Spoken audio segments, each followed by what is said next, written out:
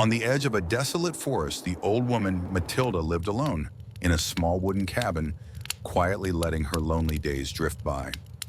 One freezing winter afternoon, she discovered a wounded wildcat lying weak and barely breathing near her porch, its untamed eyes shining with fear and a silent plea for help. That moment unintentionally bound together two beings who belonged to completely different worlds. But what made the wildcat dare to stay close to a human? Why did it keep returning to that cabin, despite its wild instincts urging it to leave? And could such a fragile bond survive the harsh laws of nature? What happens next may lead you to reconsider the true meaning of love and freedom. Before we begin, take a moment to hit the like button and make sure you're subscribed if you haven't already. And don't forget to turn on the notification bell so you won't miss any new stories. The biting wind was a cruel whisper against his matted fur, a constant, icy reminder of the emptiness in his belly. Abandoned, starving, and fading fast, could this be the end for a tiny wild spirit? The lynx kitten, no bigger than a house cat, stumbled through the deepening snow, each step in monumental effort. His paws, once nimble and sure, now burned with cold and exhaustion, leaving faint, desperate impressions in the pristine Alaskan landscape. He'd calling for his mother until his trading head his throat was raw, but only the wind answered, mocking his pleas with its desolate howl. She was gone, vanished into the vast white expanse, a sudden terrifying blizzard, or perhaps the ominous click of a trap he'd heard just days ago, a sound that still clawed at the edges of his memory. He hadn't eaten in what felt like an eternity, though his instincts told him it was only days. Each labored breath brought with it the metallic taste of desperation, and his body shivered uncontrollably, not just from the cold, but from the gnawing hunger that had become a constant, agonizing companion. His vision blurred, the world around him a kaleidoscope of white and gray, punctuated by the sharp, stinging pain of the wind-whipped snow. He tried to remember the warmth of his mother's belly, the comforting scent of her fur, but even those memories were dissolving, replaced by the immediate, overwhelming need to just stop, to close his eyes and let the cold take him. He crumpled into a small, defeated heap, the soft snow a deceptive pillow. His eyes, once bright with the untamed spirit of the forest, now glazed over, the world fading to a numb, white silence. He felt I have felt the cold seeping into his very bones, a final, unyielding embrace. This was it then. The long, agonizing wait was over.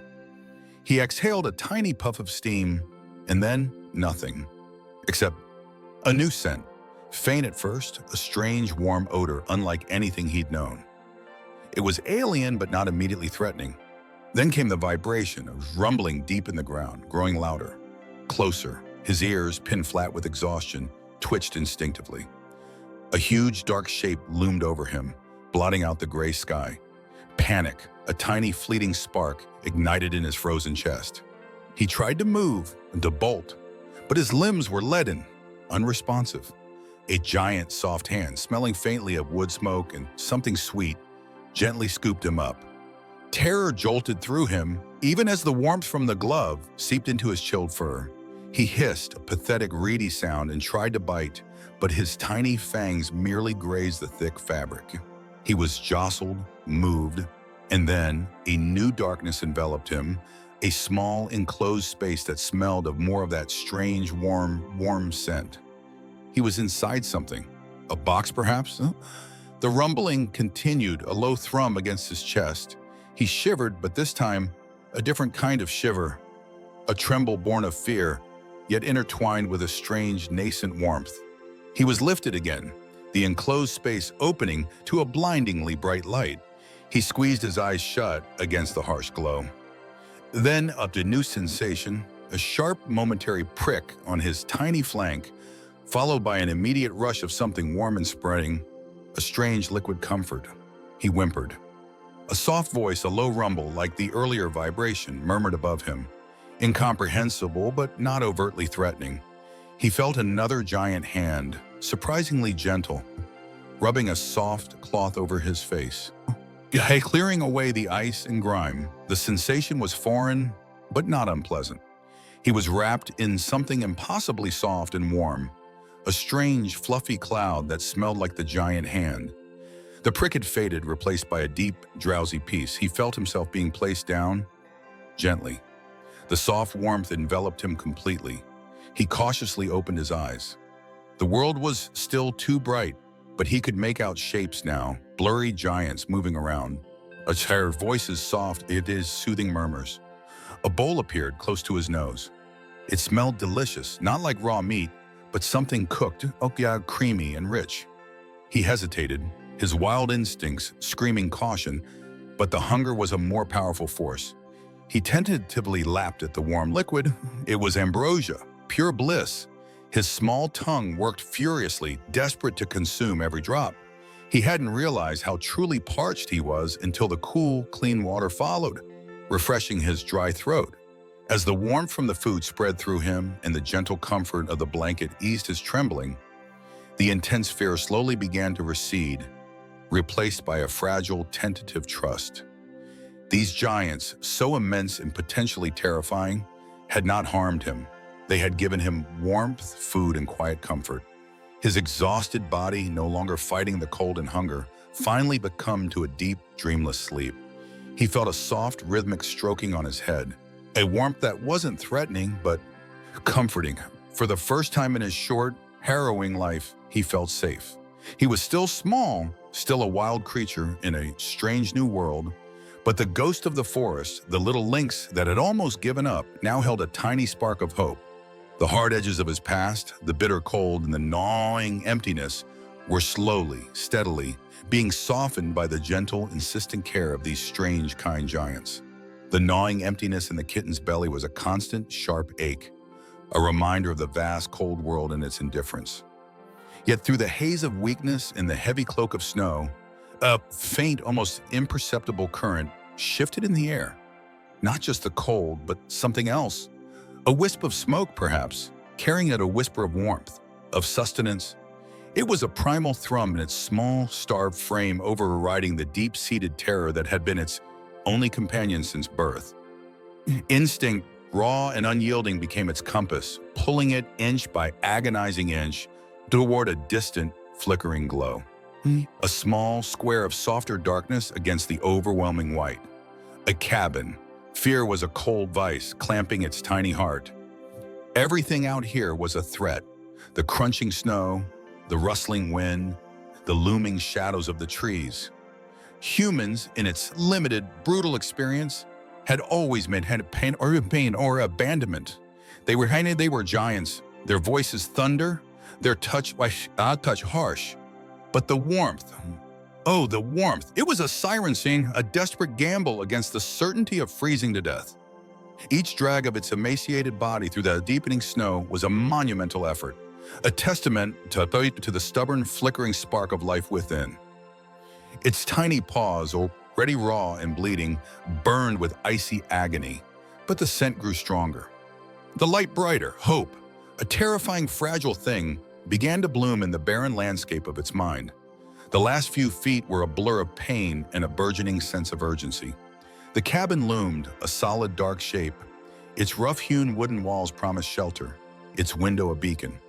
The kitten reached the porch, a haven from the biting wind, and collapsed. Its tiny lungs hitched, its vision swam.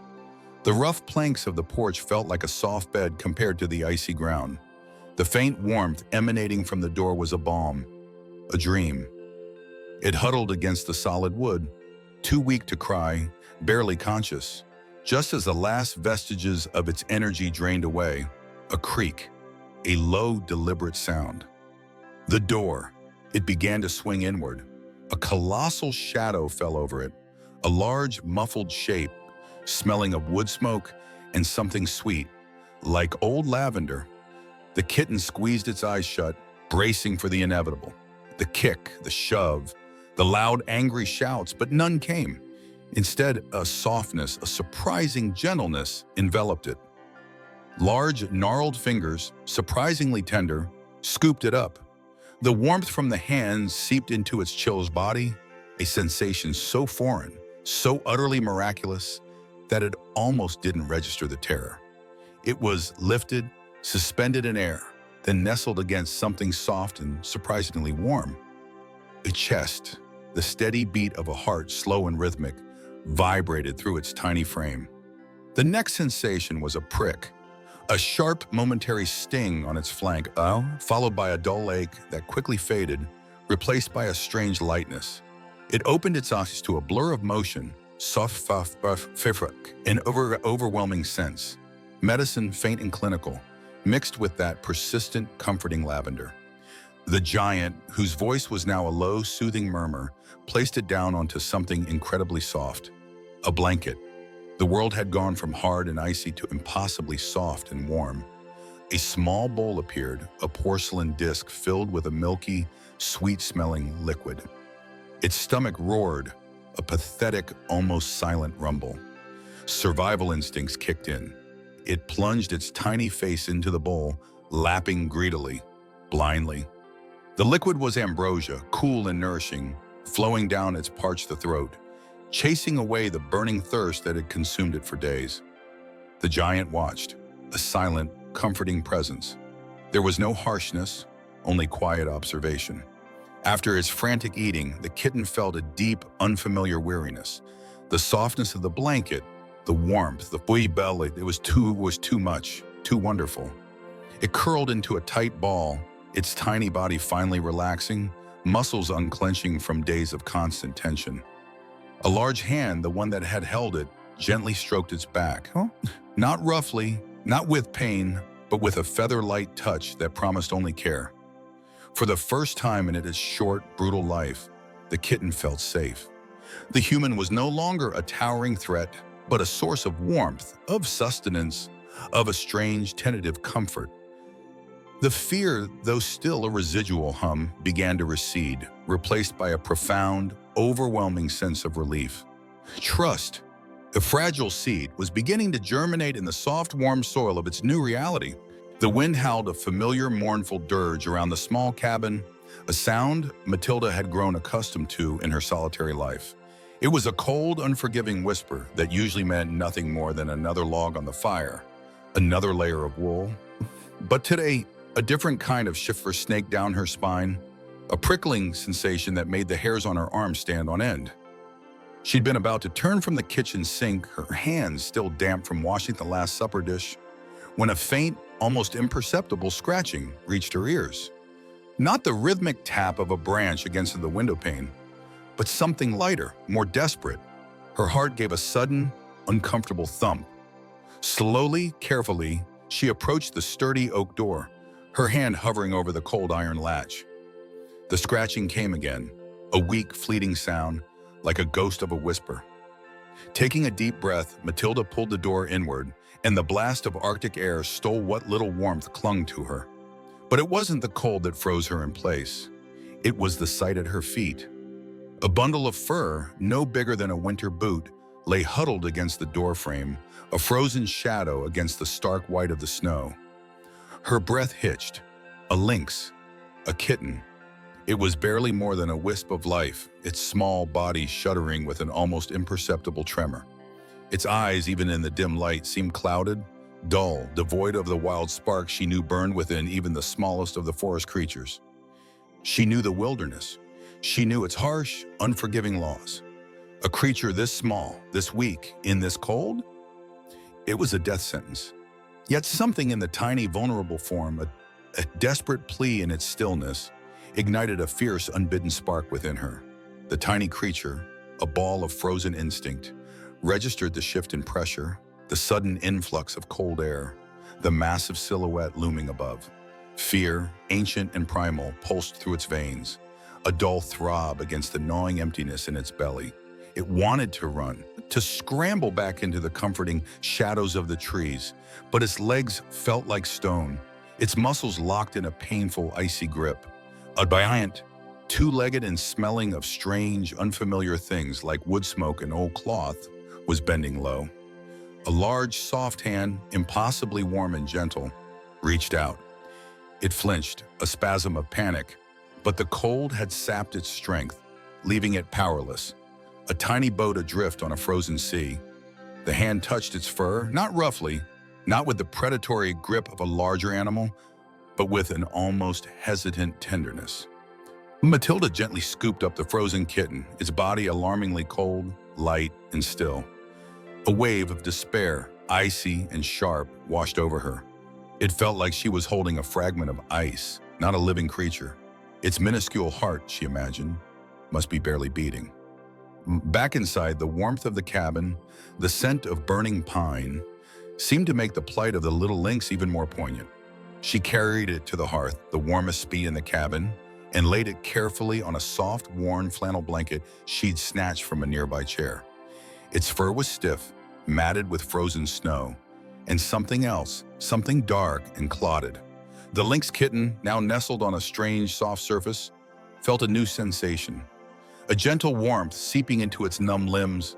It was alien, yet strangely comforting, chasing away some of the aching cold. The giant loomed again, its face a blurry, benevolent shape. A low, soft murmur escaped its lips, a sound that wasn't a growl or a snarl.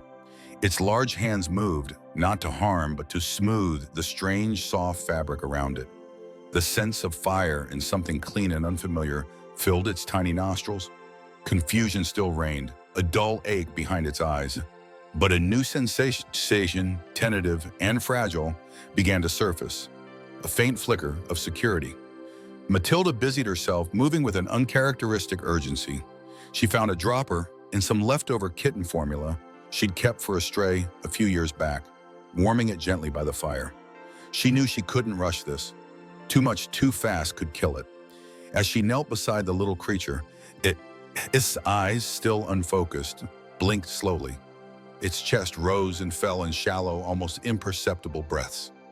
"Hello, little one," she whispered, her voice rough with unshed tears. "You're safe now." The words felt inadequate, a futile attempt to soothe a creature that understood only instinct. But for her, they were a promise. The lynx kitten, which Matilda had started calling Pip in her mind, felt the small, warm droplets touch its tongue. It was a strange sensation, but the taste was pure, rich, and unlike the gritty, icy meltwater it had tried to lap from frozen puddles. Its tiny throat worked instinctively, swallowing, and a new warmth spread through its gut, chasing away the sharp pangs of hunger. The soft voice of the giant was a constant, low hum, not threatening, but strangely melodic. It couldn't comprehend the words, but the tone was gentle, reassuring. A large, warm hand stroked its back, not with the rough rub of a mother's tongue, but with a delicate touch that sent a shiver, but he had a strange, burgeoning comfort down at his spine. Days blurred into a haze of careful feeding, gentle cleaning, and quiet vigilance. Pip, still weak, began to show the faintest glimmers of life. Its eyes, once cloudy, cleared, revealing startling amber depths. It still flinched at sudden movements, its small body tensing, but the fear was slowly giving way to a cautious curiosity. It learned the giant was not a threat, but a source of warmth, nourishment, and a peculiar, comforting silence. The sting of the antiseptic on its tiny paw was unpleasant, but it was followed by the soothing warmth of a bandage carefully applied. The liquid food, once administered with trembling hands, was now eagerly lapped up, its small tongue working furiously.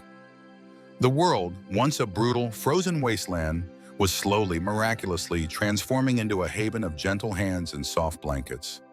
Trust, a fragile, tender thing, was beginning to take root in Pip's small, wild heart. Every second counted. Could Matilda's makeshift remedies defy nature's cruel hand? The world was a jumble of overwhelming sensations. A jarring lift, a sudden warmth, then the terrifying rush of cold air again, a giant shadow looming. The little body, barely a wisp of bone and fur, was jostled, every movement a fresh agony. A dull ache throbbed where the cold had burrowed deep, now mixed with the confusing smell of something acrid and strange, a scent unlike the damp earth or the sharp tang of fear.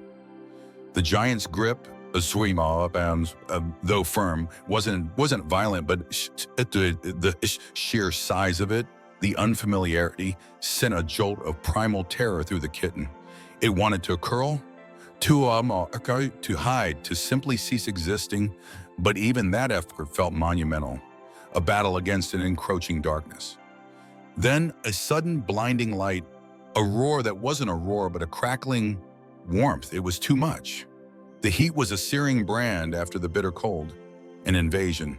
The giant placed it down on something soft, too soft, a strange fluffy cloud that smelled faintly of old linen, and something sweet, like dried herbs.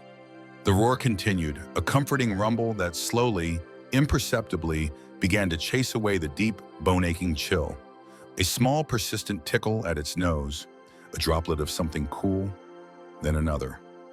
Water, a memory, faint and distant, of lapping at a muddy puddle, a momentary quenching of an insatiable thirst. The giant's voice was a low murmur, a rumbling vibration that didn't threaten, but rather seemed to encompass the small, aching form. It was a strange sound, full of a cadence it had never heard, yet somehow it didn't ignite the usual spike of adrenaline. The softness beneath, the encroaching warmth, the gentle, rhythmic sound. It was a bewildering comfort, a paradox in a world that had only ever offered sharp edges and brutal cold. Its tiny lungs, working so hard, felt a slight easing, the icy grip releasing its hold. A fraction. A new scent, thick and creamy, something rich and full. The giant was attempting to force it in, a tiny, metallic object nudging at its lips. Resistance was an instinct, a learned response to anything forced. It tried to turn its head, the effort sending a wave of dizzying weakness through its body. But the giant was persistent, and a minuscule amount of the liquid, warm and strangely soothing, trickled into its mouth. It was sustenance, something it hadn't known in what felt like an eternity. But the body was a rebellion, a refusal to accept the gift. The darkness, which had momentarily receded, began to creep back in, a heavy shroud settling over its senses. Breathing became a conscious, labored effort, each shallow gasp a fight against the inevitable. The world blurred at the edges, the roaring warmth, the soft cloud, the gentle rumble of the giant's voice, all fading into a hazy, indistinguishable hum. Then a jolt, a sudden sharp jolt that tore through the fading consciousnesses, not a gentle nudge but a violent, uncontrollable spasm. The world erupted into a terrifying kaleidoscope of pain and disorientation. Its body, so weak, was suddenly thrashing, arching, its tiny limbs flailing wildly, without volition. A sharp, piercing cry, not its own, but a sound ripped from its very core, escaped its throat. It was a primal fear, a complete loss of control. The warmth, the softness, the giant's gentle rumble, all vanished in the onslaught. There was only the excruciating, relentless thrashing, the feeling of its own body betraying it, twisting and contorting against its will. The darkness descended with a vengeance, thick and all-consuming, swallowing every sensation, every last vestige of awareness. The last thing it registered was a sudden, horrified gasp from the giant, a sound of profound distress, before the blackness took hold completely. The world outside had become a swirling maw of white, a furious ghost reaching for the cabin. But the old woman, Matilda, paid it no mind. Her gaze, usually fixed on the distant peaks and the rhythm of the wilderness, was now solely on the trembling bundle in her arms. The small, scrawny thing that was currently the entire universe was fading. Its breath, once a shallow flutter, was now barely perceptible. Matilda knew with a certainty that chilled her more than the biting wind that this was beyond her salves and quiet comforts. This was a call for help, a desperate plea for something she couldn't provide. A low rumble started, a deep vibration that shook the small box around him. He hated the rumbling. It had meant bad things before, the earth shaking, the smell of fear from his mother, the desperate scramble for cover. Now it was different. It was loud, yes, but steady. He was wrapped in something soft, a scent that wasn't sharp or acrid, but something warm like dry leaves and old wood. He tried to open it, as I tell you, so just as I am, a slit, but the effort, it was too much. The pain in his chest, a dull, aching throb, made every tiny movement a monumental task. He just wanted to be warm, to not hurt, to disappear back into the dark peace of unconsciousness. But the rumbling continued, a persistent presence. Matilda wrestled the ancient pickup truck through snowdrifts that threatened to swallow it whole. The road, usually a ribbon of gravel, was now an invisible enemy. Each lurch sent a fresh wave of terror through her, not for herself, but for the precious cargo beside her. She kept glancing down, her heart a raw, exposed nerve. The kitten, which she had tentatively named Whisper for its near-silent arrival, felt impossibly frail, a featherweight against the storm's brutality. "Just a little longer, little one," she murmured, her voice rough with cold and worry. "We're almost there." She clutched the steering wheel, her knuckles white, her resolve hardening with every gust of wind. Her isolated existence had taught her self-reliance, a deep aversion to the complexities of town life. But no aversion could stand against the desperate fragility of life itself. The rumbling stopped. A new sound, sharper, colder, permeated his soft nest. Voices? Not the single, comforting rumble voice of the giant who had scooped him up, but multiple, echoing sounds. He felt a different kind of movement now, not the constant sway, but a jolting. The soft thing was lifted, then lowered. He could smell new things, strange chemical scents that made his nose twitch, and a cloying sweetness he didn't recognize. He whimpered, a tiny reedy sound that felt swallowed by the vastness of his pain. He felt himself being lifted, gently this time, out of the soft warmth. The air here was sharp, prickling his nose. A new giant, taller, with a different scent, clean, metallic, loomed over him. Cold touched his fur, then a soft cloth. He struggled weakly, his tiny paws batting at nothing, but the pain in his chest made every struggle a gasp. A new kind of light, impossibly bright, stabbed at his eyes, forcing them shut again. He could hear the soft, worried murmurs of the first giant, Matilda, and the calm, steady voice of the new giant. He felt a feather-light touch on his chest, then a cold metal disc. He hated the cold. It made him shiver uncontrollably. He felt a sharp pinprick sensation on his leg, a sudden sting that made him yowl. A weak, scratchy sound. It hurt. He tried to pull away, but gentle hands held him. Then a slow, wonderful warmth spread through him, a feeling that pushed back the deep, consuming cold that had been his constant companion for what felt like forever. He felt another prick, less painful this time, and a strange liquid taste in his mouth. Not water, but something warm and slightly sweet. He swallowed instinctively, his throat raw. "Matilda," Dr. Reed said, her voice soft but firm, a tremor of sadness underlying her professional tone. She didn't mince words. He's severely hypothermic. His core temperature is dangerously low. On top of that, he's profoundly malnourished, likely hasn't eaten a decent meal in days, maybe weeks, and he has pneumonia. His lungs are very congested." Matilda's heart sank, a heavy stone in her chest. She had known it was bad, but this? The vet continued, her gaze meeting Matilda's, unwavering. "His chances, they're incredibly slim. We'll do everything we can, but prepare yourself. He's very, very weak." The words hung in the air, a death knell in the sterile clinic, louder and colder than any blizzard. He felt a gentle stroking, familiar and comforting, on his head. The warmth was spreading, a slow, delicious tide. He could breathe a little easier, the sharp pain in his chest still there, but muted, like a distant echo. The soft thing he was wrapped in smelled of that reassuring wooden leaf scent, the giant Matilda.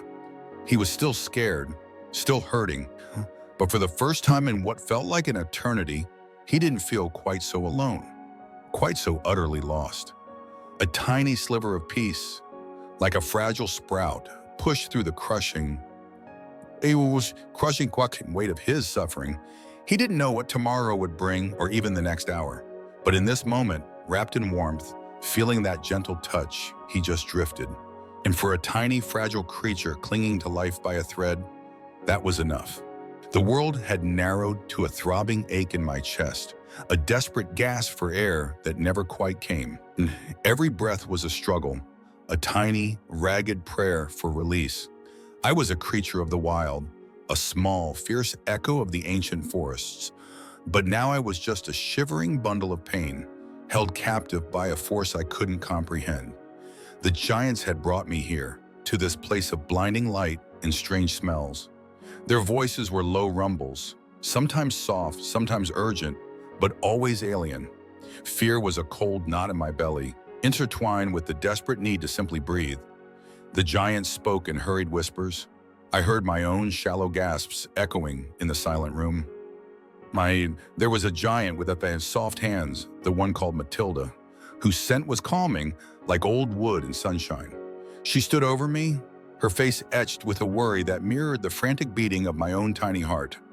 Another giant with swift, sure movements approached. He smelled of antiseptic and something else.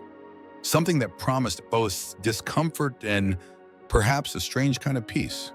A sharp prick, a sudden sting, and then a wave of warmth spread through my small body, easing the crushing pressure in my chest. The world for a moment swam in a hazy, welcome blur. The giant worked, his hands moving with incredible precision. There was a new sensation, draining, a release. It was uncomfortable, yes, but underneath the discomfort, a faint easing of the suffocating weight. My instincts screamed danger, to lash out, to bite, to flee, but my body was too weak. The warmth of the medications continued to spread, dulled the sharp edges of pain, and allowed a sliver of trust to bloom.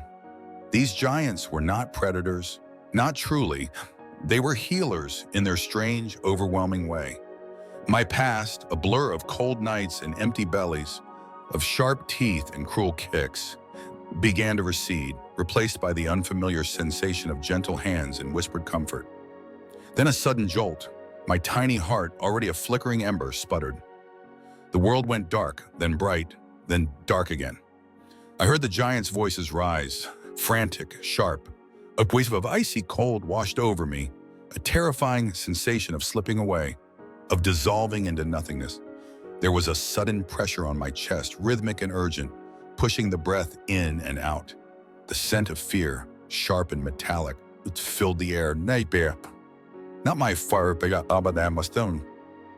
Matilda's voice, a desperate plea, pierced through the haze from beyond the door. My body bucked, a desperate, instinctual twitch. The darkness receded, replaced by the overwhelming, almost painful brightness of the clinic lights. My heart, against all odds, gave another hesitant beat, then another, stronger this time. A gasp, a true, deep gasp of air filled my lungs. A feeling so profound it was almost painful in its relief. The giants around me breathed a collective swimao, their voices returning to a more subdued, though still urgent, murmur. The warmth of the blanket they wrapped around me, the soft press of Matilda's hand against my fur, were not just physical sensations, but assurances. I was not alone. I was not abandoned. The past, with its cold indifference, was fading, replaced by the uncertain, yet undeniably hopeful promise of rehabilitation and trust. I was a survivor, a small wild heart given a second chance, even if I didn't yet understand why. A faint purr, a gentle nudge. Is this the beginning of a remarkable recovery? For days, the world had been a dizzying blur of pain and overwhelming smells, a terrifying cacophony of strange sounds. The harsh grip that had snatched him from the cold, a memory now faded, replaced by new sensations. A dull throb where a sharp agony used to be. A constant underlying warmth, the soft pressure of something beneath him, not the biting earth. He remembered the prick, a sudden sharp sting in his flesh, followed by a strange, heavy lethargy that pulled him down, away from the fear and the gnawing ache in his belly. Then the warmth, it was everywhere, a gentle cocoon. He smelled something else too, a soft, familiar scent that wasn't of the wild, but wasn't of fear either. It was comforting somehow, like the smell of damp earth after rain, but sweeter. He registered a constant presence, a large looming shadow that moved with surprising softness. A low hum, a gentle murmur, like the wind rustling through dry leaves, but closer, more focused. It was the sound of the giant, the one with the soft hands. Matilda, he felt a different kind of touch now. Not the rough grab, not the sharp sting, but a feather-light brush against his head. It was constant, rhythmic. He knew that touch. It belonged to the giant whose scent was now inextricably linked with the warmth and the dulling of the pain. He shifted, a tiny, almost imperceptible movement, and a new wave of fear tried to prickle him, but the warmth held it at bay. A tiny sound escaped him, a faint rumble deep in his chest. It was involuntary, a memory of comfort from a time long past, before the cold, before the hunger, before the fear. A purr. Then came the taste. A liquid, impossibly smooth, cool, and incredibly sweet. It was offered on the tip of a giant finger, a gentle press against his mouth. His instincts, dulled by pain and fear, screamed caution. But the need, the profound, aching hunger, overruled it. He lapped a tentative, clumsy motion, and the sweet liquid coated his tongue, sliding down his throat. It was pure bliss. Water, yes, but more. Sustenance, life. He felt the hunger begin to recede, a deep, hollow ache starting to fill. The giant's voice continued its soft murmur, a lullaby of safety. Each lick, each swallow was a small victory against the emptiness that had been his world for too long. Then, a jolt, a sudden, inexplicable surge of awareness. It was as if a veil had been lifted from his eyes. He felt a different sensation, a slight itch, a sticky dryness, and with a clumsy effort, his eyelids fluttered. The world was still blurry, a washed-out landscape of indistinct shapes and muted colors. But then he focused, and there she was, the giant, Matilda. Her face, a vast, crinkled landscape, filled his vision. Her eyes, two soft, deep pools, were fixed on him, filled with an emotion he didn't understand, but instinctively recognized as gentle. Not the predator's stare, not the indifference of the wild. This was different. A spark ignited within him, a tiny ember of recognition in his wild boy, untamed gaze. He wasn't alone, and for the first time in what felt like forever, he felt a flicker of something new, something akin to a fragile, burgeoning trust. From fear to trust, the wild heart, despite every instinct, began to melt. The scent of pine and old wood filled the den, a stark contrast to the sharp metallic tang of the place before. Matilda's cabin was a haven of quiet, though the lynx, now known only as Whisper by the towering, soft-spoken human, still held a primal wariness in its amber gaze. Each day was a ritual, a slow, painstaking dance of offerings. Small portions of meat, rich and fresh, appeared as if by magic. The sharp hunger, once a constant companion in the cold, unforgiving world, had receded, replaced by a dull ache of healing that pulsed beneath the coarse fur. The human's voice was a low rumble, a soothing murmur that no longer sent jolts of panic through its muscles. It had learned the rhythm of her movements, the soft padding of her steps, the gentle clink of metal as she prepared the daily sustenance. There was a peculiar comfort in the predictability, a strange calm that settled over the chaotic echoes of its past. The phantom pain of the trap, the gnawing and emptiness of starvation, those memories were slowly being overwritten by the warmth of the fire and the steady presence of Matilda.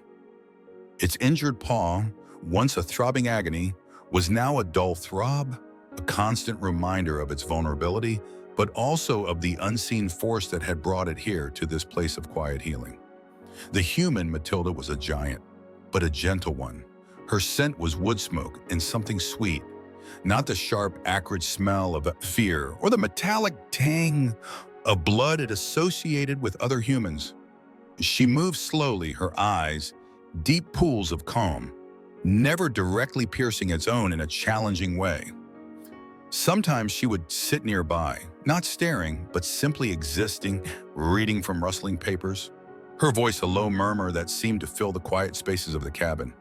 The soft brush of a clean cloth, the sting of a healing ointment, had once been met with desperate snarls and flailing paws.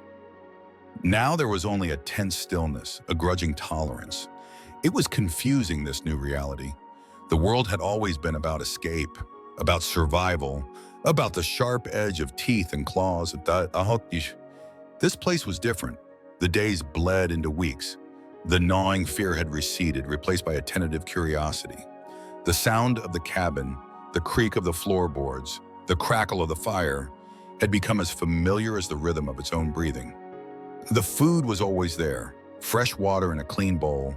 Matilda would sometimes offer a tidbit from her own plate, a piece of cooked meat, which it would eye with suspicion before snatching it with surprising speed. The giant's hand was steady, non-threatening.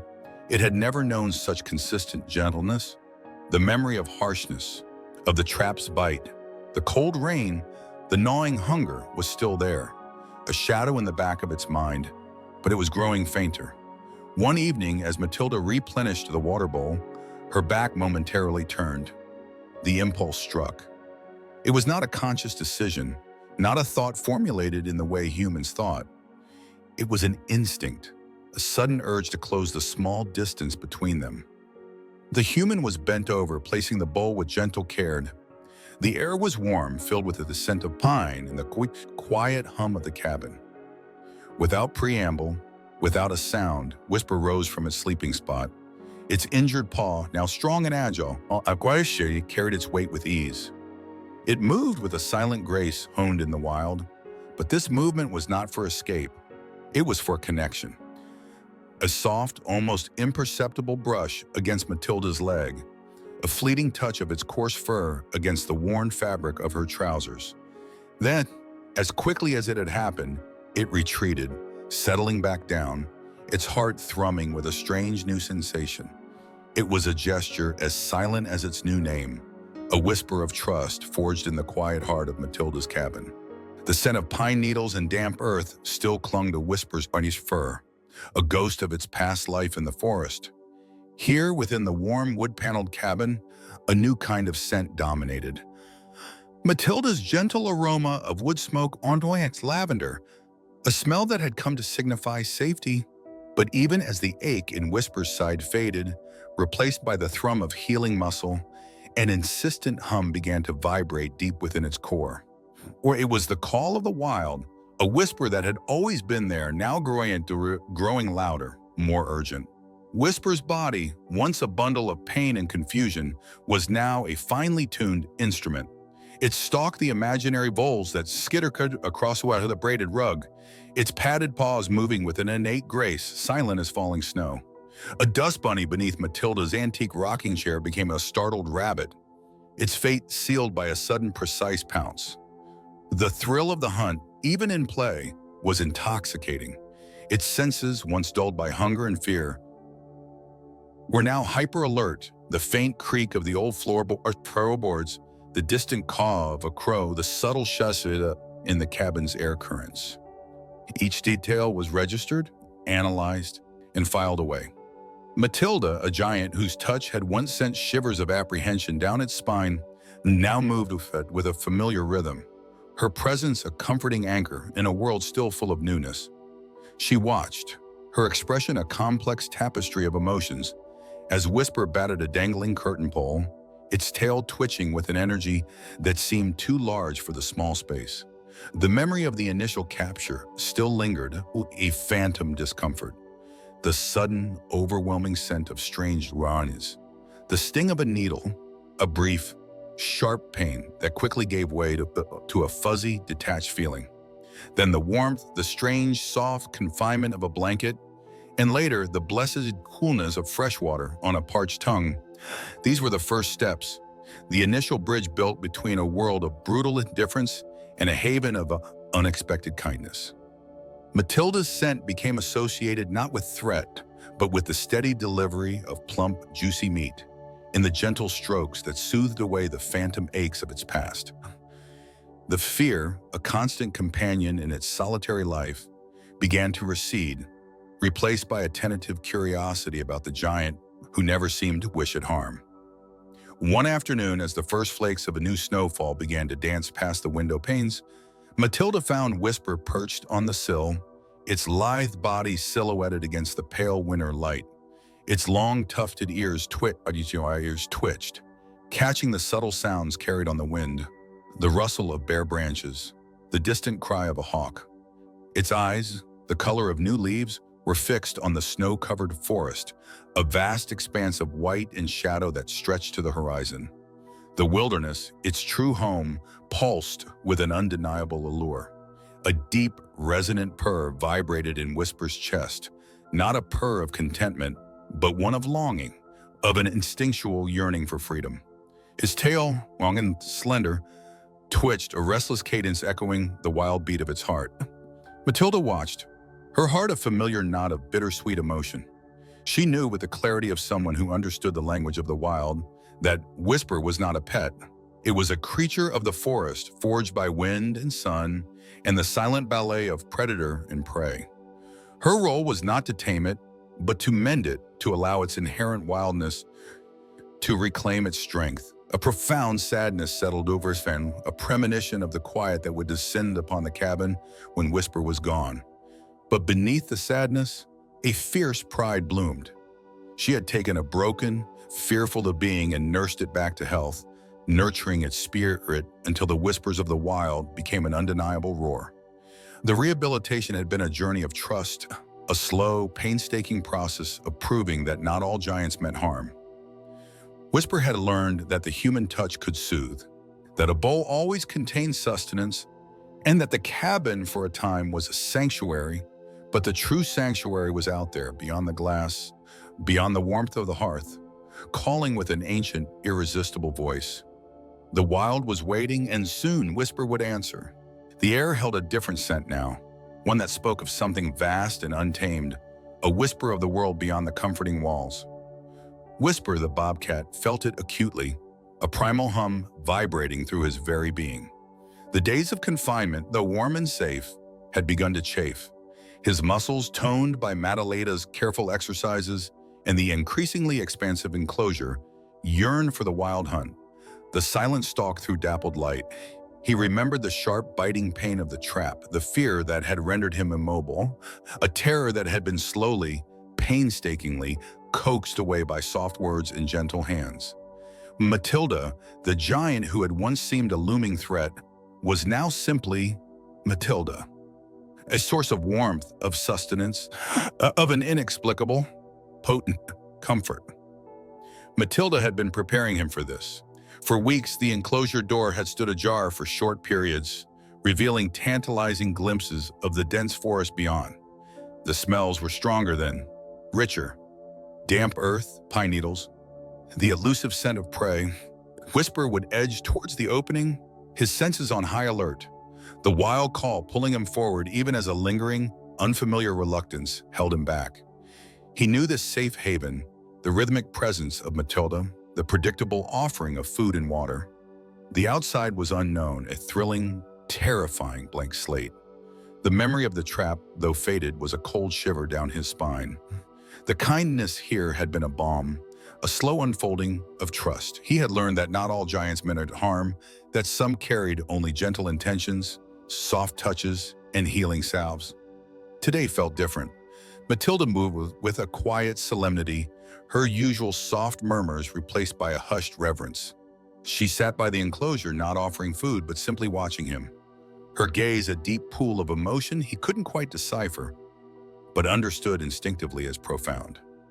He rubbed against the wire mesh where her hand rested, a rare, uncharacteristic gesture, a fleeting acknowledgement of the bond that had formed, a strange, beautiful bridge between two vastly different worlds. He remembered the first tentative taste of clean, fresh water after days of desperate thirst, the cool metal of the syringe delivering the pain-numbing medicine, the subsequent warmth spreading through his injured leg. These giants, initially terrifying, had systematically dismantled his fear, brick by careful brick, replacing it with something akin to comfort. Then came the click, a definitive, resonant sound that echoed through the quiet afternoon. The latch of the enclosure door, a barrier he had come to know so intimately, was undone. Matilda pulled the heavy wire door open, slowly, deliberately, revealing the unadulterated green of the forest. The air pulsed with the scent of pine and damp earth, of unseen creatures and rustling leaves. Freedom. It was a tangible thing, a heady rush of instinct that threatened to overwhelm him, his muscles tensed, ready for the explosive leap. the quick dash into the welcoming embrace of the wild. But he didn't leap. He stood at the threshold, one paw poised, his wild heart caught in a silent tug of war. The forest beckoned, a siren song of instinct and forgotten memories. Yet his gaze drifted back, seeking out Matilda. She stood a few feet away, her face unreadable, yet radiating an ache he could feel, a quiet sorrow he understood on some deep, intuitive level. Their eyes met across the short distance, a long, wordless exchange passing between them. It was a moment suspended in time, a silent promise, a bittersweet farewell. He remembered the warmth of her hand against his matted fur after the rescue, the steady rhythm of her breathing when he was too afraid to sleep, the taste of clean, rich meat after weeks of foraging for scraps. She had been the anchor in a terrifying storm, the unwavering light in the darkness. Then, the wild, the inherent call of his nature asserted itself. With a sudden, fluid grace, Whisper launched himself forward. A blur of spotted fur against the verdant backdrop, he vanished into the undergrowth, a phantom returning to his rightful domain. Just as he was about to disappear completely, a flash of red-brown fur at the edge of the tree line paused. A soft, almost plaintive cry, a sound like a question, echoed through the quiet forest. He looked back one last time, his amber eyes catching the sunlight, fixed on the solitary figure of Matilda, before melting into the shadows, a true wild spirit reclaimed. Alone again, but not entirely. A silent guardian watched from the shadows, a presence now woven into the fabric of the remote cabin, much like the scent of pine and wood smoke. Matilda, her bones aching a little more with each passing year, found herself settling back into the quiet rhythm of her solitary life, yet everything felt irrevocably changed. The vast, whispering wilderness outside her windows no longer felt quite so untamed, quite so empty. A new thread, a golden one, now connected her to its depths. She often found herself leaving food scraps near the cabin's edge. A leftover piece of stew meat, a crust of bread, even just a bowl of water set out on a chilly morning. It wasn't a deliberate act of feeding, not in the way one would feed a stray cat, but rather a small, almost unconscious ritual of hope, a silent offering to the vastness that had once brought a small, shivering bundle to her door. Months bled into one another, autumn's crisp breath giving way to the biting winds of winter, which in turn surrendered to the tentative green shoots of spring. Matilda aged, the lines around her eyes deepening, but the spark of quiet wonder, of fierce protectiveness, remained undimmed. Then, one evening, as the twilight deepened into a bruised purple, painting the snow-dusted landscape in shades of lavender and steel, she caught it. A flicker of movement at the tree line, barely a shift in the falling snow. She paused, her breath held, her old eyes straining. And there they were, two golden orbs, luminous and ancient, watching her from a distance. It was Whisper, now a grown lynx, majestic and lean, a creature of Weir wilderness. It never came close, never approached the cabin, but its presence was a comforting shadow, a silent protector. The knowledge that it was out there, thriving, watching, filled a space in her heart she hadn't known was empty. It was a connection forged not of words or touch, but of shared survival and unspoken understanding. The memory of the soft sting of the first needle still lingered, an ancient echo in its muscle memory, but it was quickly overwritten by the soothing warmth that followed, the delicious lethargy that had stolen away the ache in its paw. The giant figures, initially terrifying with their booming voices and strange scents, had slowly transformed into sources of comfort. The soft blankets, the taste of clean water after days of parched thirst, the surprisingly gentle touch as they bandaged its palm, these were the imprints left on its developing mind. It had been confused, yes, utterly bewildered by the sudden capture and confinement, the strange, sterile smells of the inside, but the pain, the gnawing hunger, the fear of the unknown had slowly receded, replaced by a tentative, blossoming trust. The world outside the enclosure had called to it, a primal urge that had pulsed through its veins, even as the giants offered endless food and safety. But the memory of the smaller giant, the one with the soft voice and the scent of wood smoke, lingered strongest. It had been the first to offer true solace, a quiet string thump that resonated even in its deepest wildness. That memory, that scent, had become a fixed point in its new, vast territory. The cabin was a landmark, a place of quiet observation, of distant connection. The cold had bitten deep that morning, the hunger a familiar ache in its belly, sharper than usual. The forest floor was silent, prey scarce. It had hunted, as it always did, with silent efficiency, driven by instinct and the constant need to survive.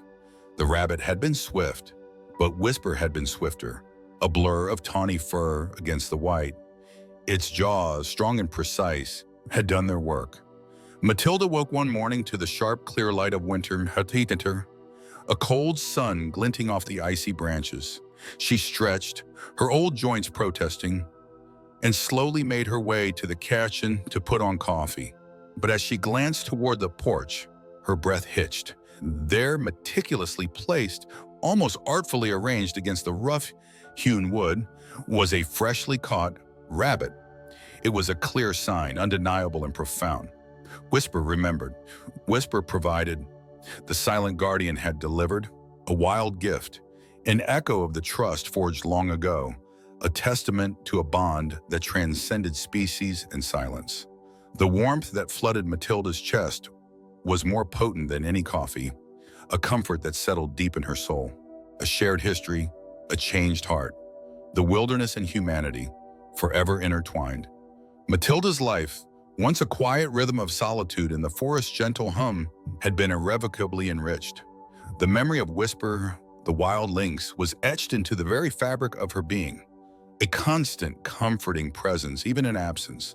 The old woman continued her days in the rustic cabin, chopping wood, tending her small garden, and watching the seasons turn. But now there was a profound sense of connection to the world beyond her walls, a feeling that resonated deep in her bone. She knew with an almost spiritual certainty that she was no longer truly alone. The first touch had been a jolt of terror, a sudden crushing weight that pinned her against the cold, unyielding ground. The scent of them, unfamiliar and overwhelming, filled her nostrils.